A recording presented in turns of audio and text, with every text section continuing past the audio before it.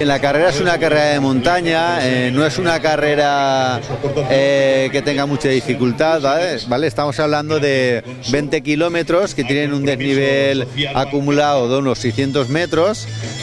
La cota más alta pues son unos 320, 340 metros, con lo cual nosotros, la gente que corre montaña, pues hablamos que es una carrera corredera, ¿vale?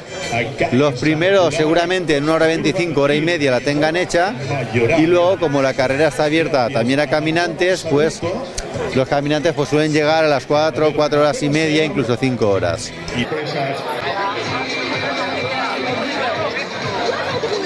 Sin mencionar, porque todos son importantes y también colaboran.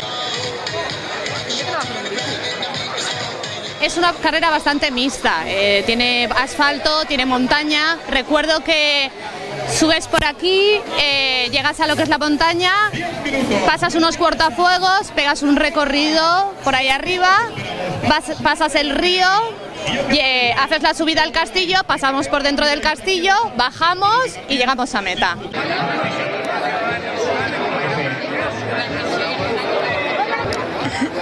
Es el segundo año que la organizamos y bueno, realmente es complejo organizar este tipo de carreras, pero bueno, contamos primero con el apoyo de la Junta Directiva del club y con todos los socios del club, y luego también tenemos la suerte de contar con la colaboración del Ayuntamiento de Sagunto, que nos facilita mucho todas las gestiones que tenemos que hacer a la hora de solicitar permisos y demás.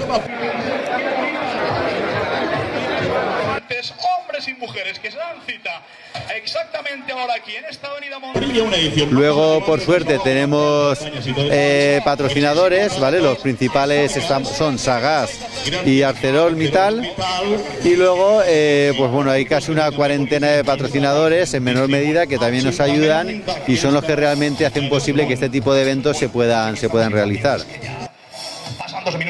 Venimos de Benaguacil, somos un grupo de 5 personas y yo el año pasado la hice ya la carrera, nos costó muchísimo, sobre todo el final que acaba en el castillo y el teatro, y me pareció muy bonita, y este año he convencido a más gente para venir.